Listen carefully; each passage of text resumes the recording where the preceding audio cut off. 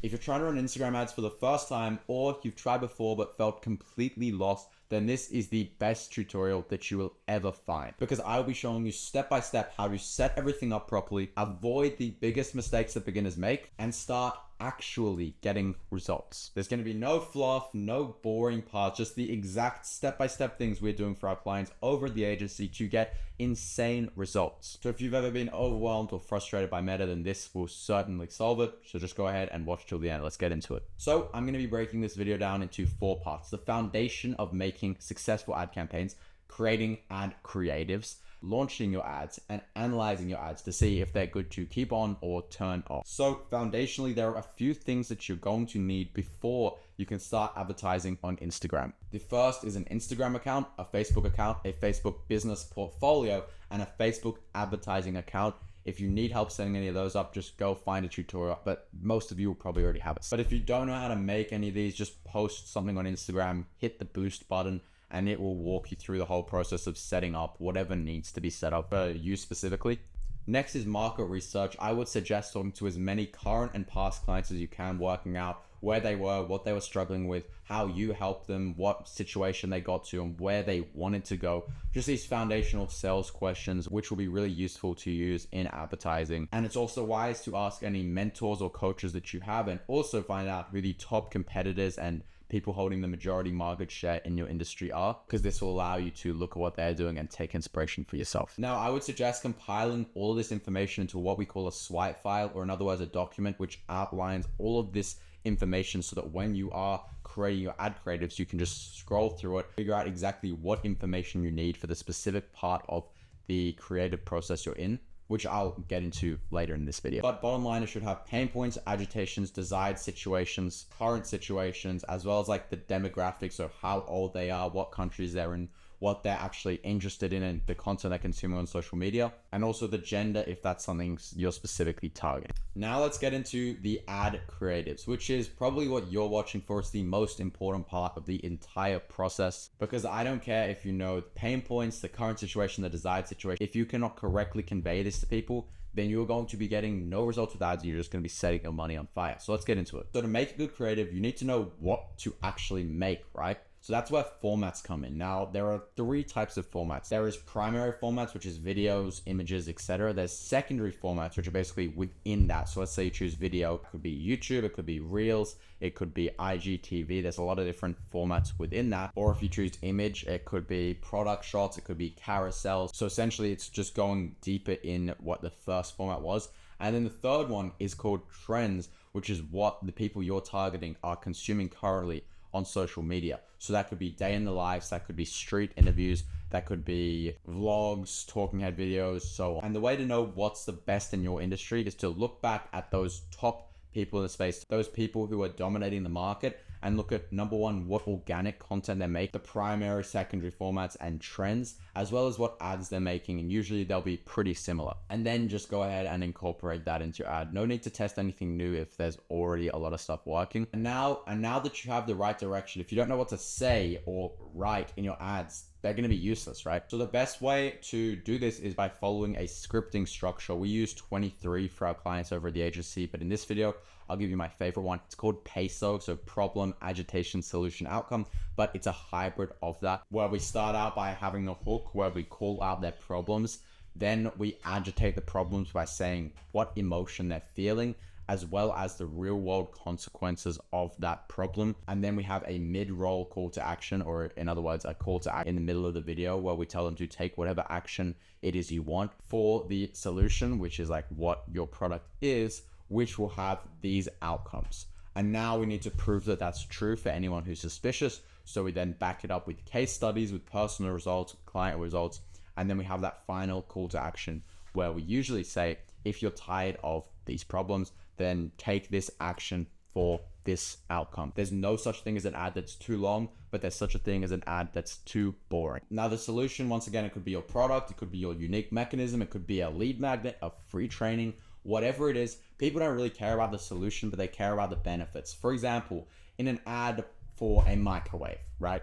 Would you talk about the microwave for the majority of the ads and how it has this sleek design and these really cool like features about how it warms people up? Because I guarantee if you're the CEO of a microwave company, you could talk for ages about all the cool features it has. Unfortunately, no one cares about the features. What do people care about with a microwave? They care about food that's quickly warmed up, that tastes good. And so for the majority of your ad, you should be focusing on that. You should be focusing on how quickly you can prepare meals that are safe and delicious to eat and that are not too hot and that don't have that weird microwave taste. That's an example, because that's what people would actually want, right? So really go hard on the outcomes, describe it, make sure it's really visual. And with that said, now I've gone ahead and scripted the ad. Let's talk about if it's a video ad, recording it and editing it. So for recording it, we need to leverage psychological cues that make decision making far easier in the mind of prospects. So how we do this is literally showing that kind of outcome we talked about in yourself. So if you're me, I'm helping coaches make more money with their high ticket offers. So why do they want more money? Boiled down, they want to be rich. So we need to show rich, we need to show wealth in the ad with the clothes we wear, the location we recorded and that, the way we speak, the quality of the camera, like all these little details. And then for the editing, we need to ensure that it looks like a video that a coach would normally consume. It doesn't look like an ad. It doesn't look any different. So once again, we just look at what the top people in the market are creating, and then we just model it ourselves so it looks like a normal video or it looks like a normal image. They don't realize it's an ad until it's too late and they're clicking because they can't control themselves. But I do want to spend a minute talking about these psychological cues to build more confidence in people and make them more likely to take action, because it is really important. So you need to be showing symbols of credibility and trust. So that could be showing how you have X 5-star reviews, or it could be showing how you have all these different video interviews of your clients. Not saying that by just like having it overlaid on screen with the editing, because people aren't really logically listening to what they're saying.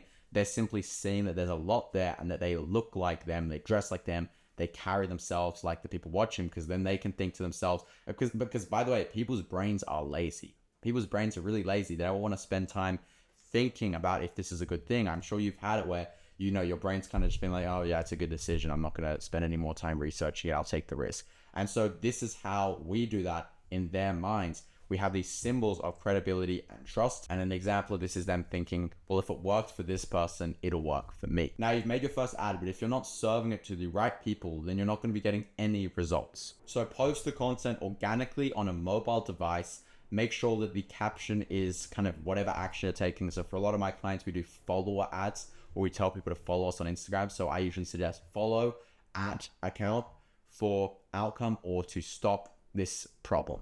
And so that means they can actually click the at button and it'll go to their profile so they can follow them.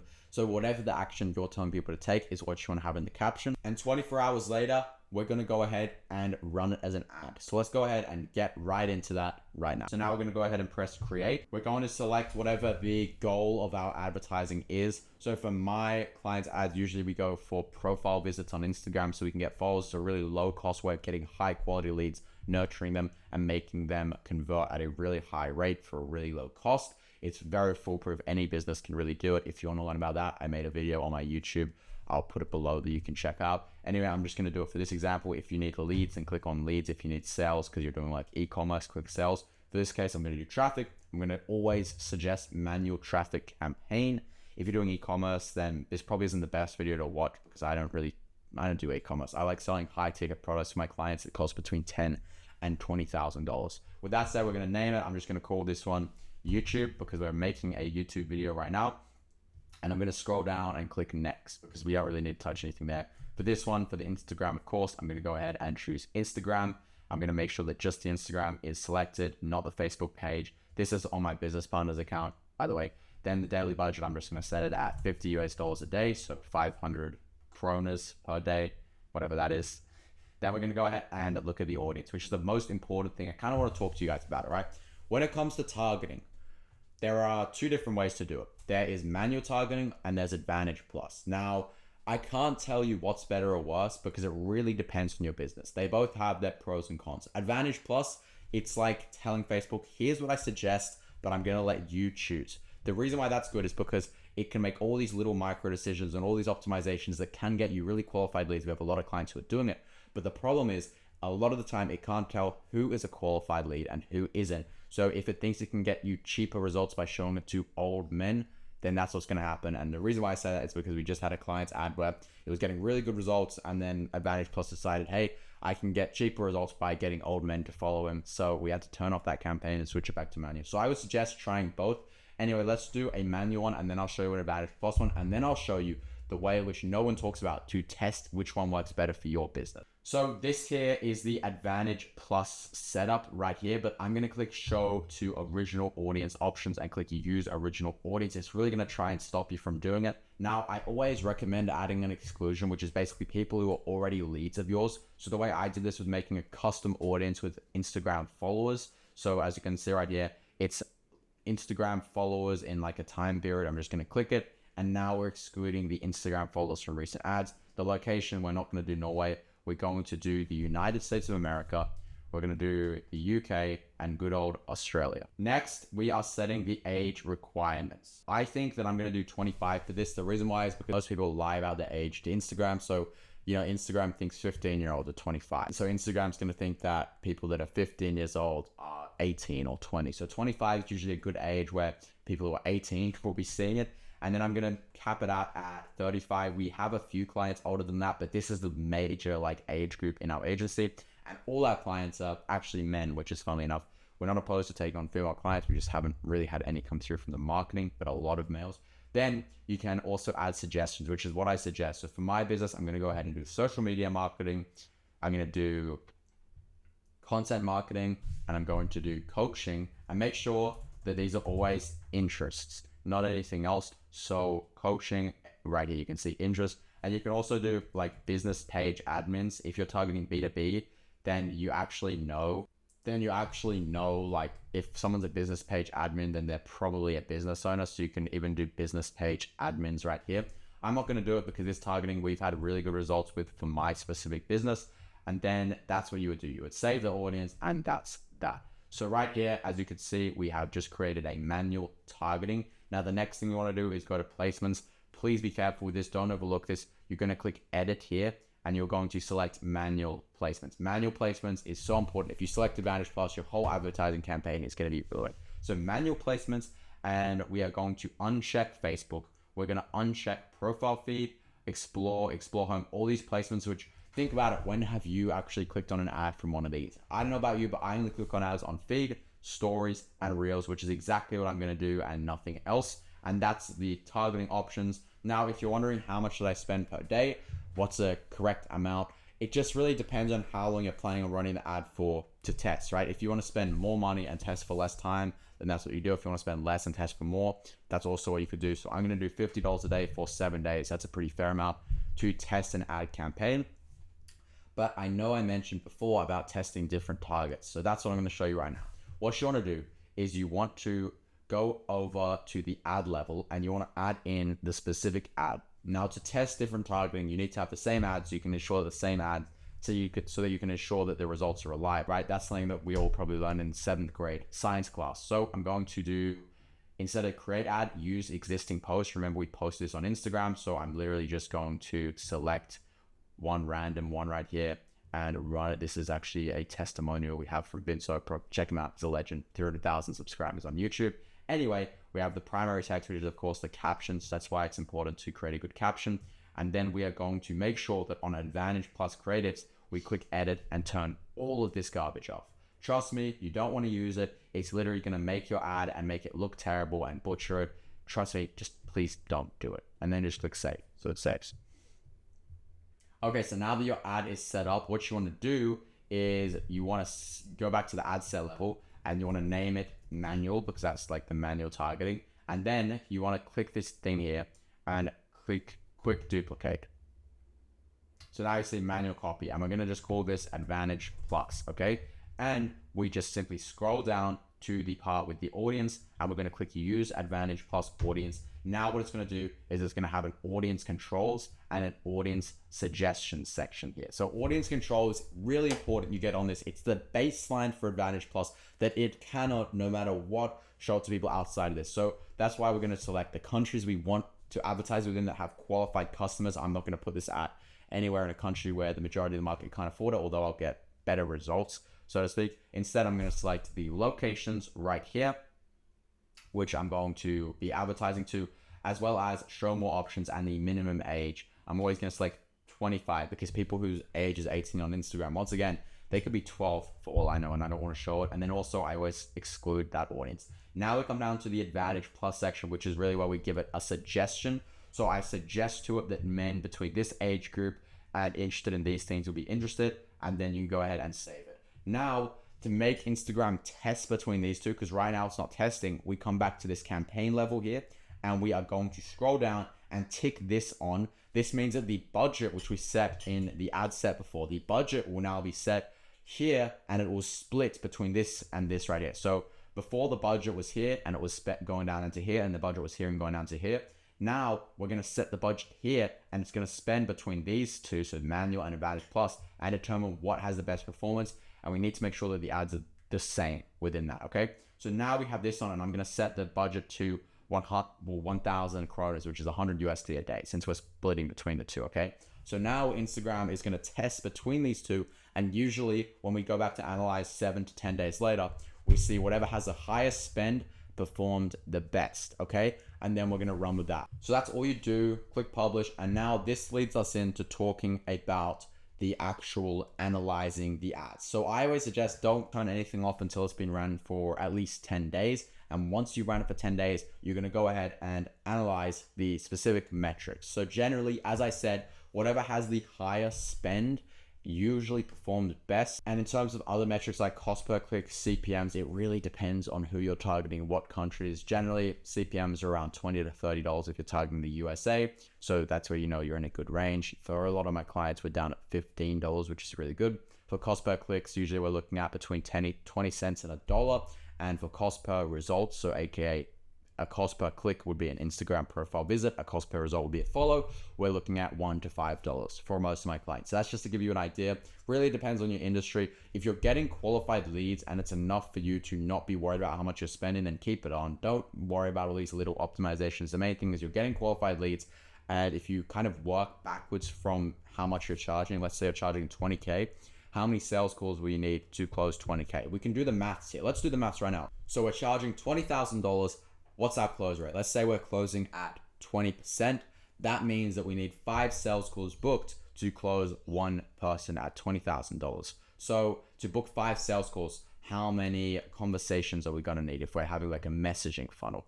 Well, for 5 sales calls, we're probably going to need around, let's just be really pessimistic and say 50 conversations, which is crazy. We can do it with 10, 20, okay? Let's say we need 50 conversations. How many leads or how many Instagram follows to the funnel we're running will we need to start 50 conversations? Let's say 500 followers. That's how much we need. And let's say we have a $2 cost per Instagram follow. That means it'll cost us $1,000 to get the 500 followers, which means that as long as we have a $2 cost per follow and majority of these followers are qualified, we can be rest assured that we can run the ads and we're getting insanely good results, right? We are literally paying 1K to get 20K. And if we increase these numbers, it's only going to get worse, but it's still going to be really positive, right? Let's say we're paying $5 a follower and we need 500 followers. That means we're going to be paying $2,500 for a $20,000 client, which is still really good.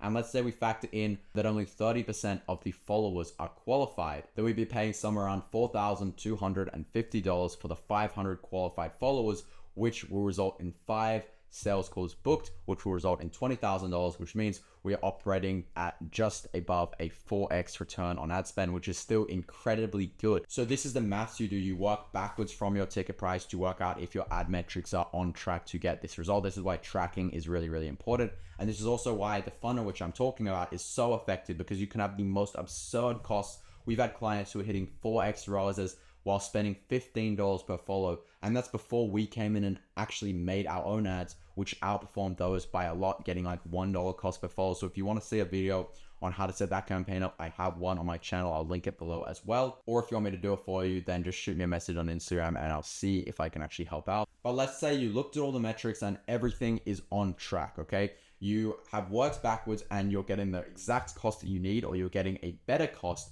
What you want to do then is 2 things.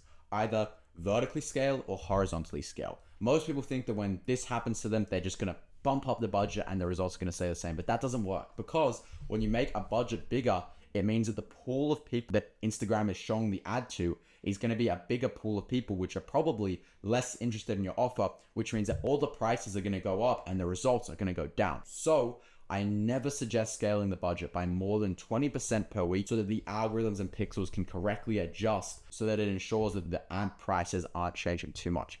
The better thing to do is horizontally scale the campaign. Now, to horizontally scale a campaign, what that means is you post the same ad with different improvements and then run that. So if you have 5 of the same ad, let's just say with different hooks running, that means that instead of spending $1,000 a day on one ad and risking its performance, you are creating separate campaigns with the same ad, with the same targeting, and that way you ensure that the one that's performing well is doing well, whilst also spending the right amount on different creatives, having some variation in there, which will also help with ad fatigue. Because as someone who has worked with a ton of clients and ran a ton of ads, you never ever want to change anything in an ad campaign that's doing well. Trust me, not even the budget, because when you change something, there's a high chance that it's never going to go back to what it was and that it's going to be destroyed. So that's why I always suggest horizontally scale, create new campaigns, create the same ad with different variations, and really that allows you to test what's better, because chances are there might even be a better ad than what you're currently running, a better variation of it. So that there's everything you need to run your first Instagram ad. But for 99.9% of advertisers, it's a long and costly process until you hit your first winning ad.